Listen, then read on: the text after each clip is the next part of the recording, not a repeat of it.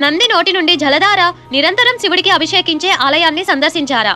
బెంగళూరు అనగానే పచ్చదనం కళ్ళ ముందు కదులుతుంది. చల్లటి వాతావరణం స్నేహంగా పలకరిస్తుంది. అందుకే ఆ ప్రదేశం అందమైన పర్యాటక కేంద్రమైంది. ఈ మహానగరం ఆధ్యాత్మిక పరంగా కూడా ప్రసిద్ధి చెందినది.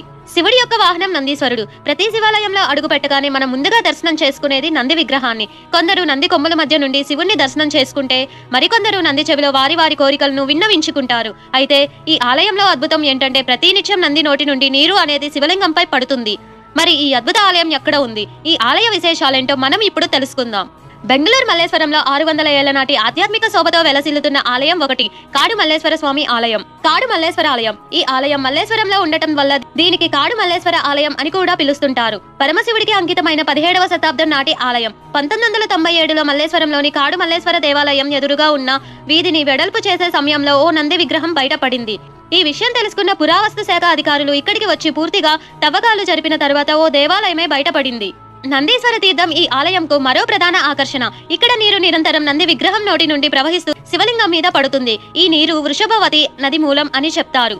అటుపై శివలింగం కింద ఉన్న కళ్యాణిలో ఆ నీరు చేరుతుంది. అయితే ఆ నంది నోటి నుండి వచ్చే నీరు ఎక్కడి నుంచి వస్తుందన్న విషయం ఇప్పటికీ నిగూఢ రహస్యం. నిరంతర శివుణ్ణి అభిషేకించే ఆ నంది నోటి నుండి ప్రవహించే ఆ నీరు ఎక్కడి నుండి వస్తుందనేది ఇప్పటి వరకు ఎవరూ కూడా రుజువు చేయకపోవడం విశేషం. కళ్ళు మిరమిట్లు గొలిపేలా స్వామి ఆలయం అంతర్భాగం బంగారు రంగుతో దగదగ మెరిసిపోతూ కనబడుతుంది. అభిషేకంకి అంతసేపు కూర్చోలేని ఆరోగ్య సమస్యలు ఉన్నవారికే అన్నట్లు స్వామి మెట్ల మీద వెనక్కి కూర్చొని చక్కగా కోనేరు నీటిలో స్వామి ప్రతిబింబాన్ని, జలచరాలు, తాబేళ్లు, వింత చేపలు కలియా తిరుగుతుంటే చల్లని సాయంత్రం ప్రకృతి వడిలో చూడటం చక్కని అనుభూతి.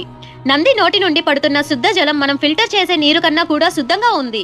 కొందరి పరిశోధనల ప్రకారం ఈ ఆలయం 400 సంవత్సరాల నాటిదిగా చెబితే మరికొందరు మాత్రం ఈ ఆలయం 6000 సంవత్సరాలకు పూర్వం నాటిదిగా చెబుతున్నారు. ఈ ఆలయం 1997 తర్వాత వెలుగులోకి వచ్చినట్లు స్థానికులు చెబుతున్నారు. ఇక ఈ ఆలయంలో ఉన్న నంది ముఖం దక్షిణం వైపుకి ఉండగా ఆ నంది నుండి వచ్చే నీటిని పవిత్ర జలంలాగా భావిస్తూ ఆ నీటినే తీర్థం అని పిలుస్తుంటారు. ఇక నంది నుండి శివలింగంపై పడిన నీరు పక్కనే ఉండే కొలనులోకి వెళతాయి.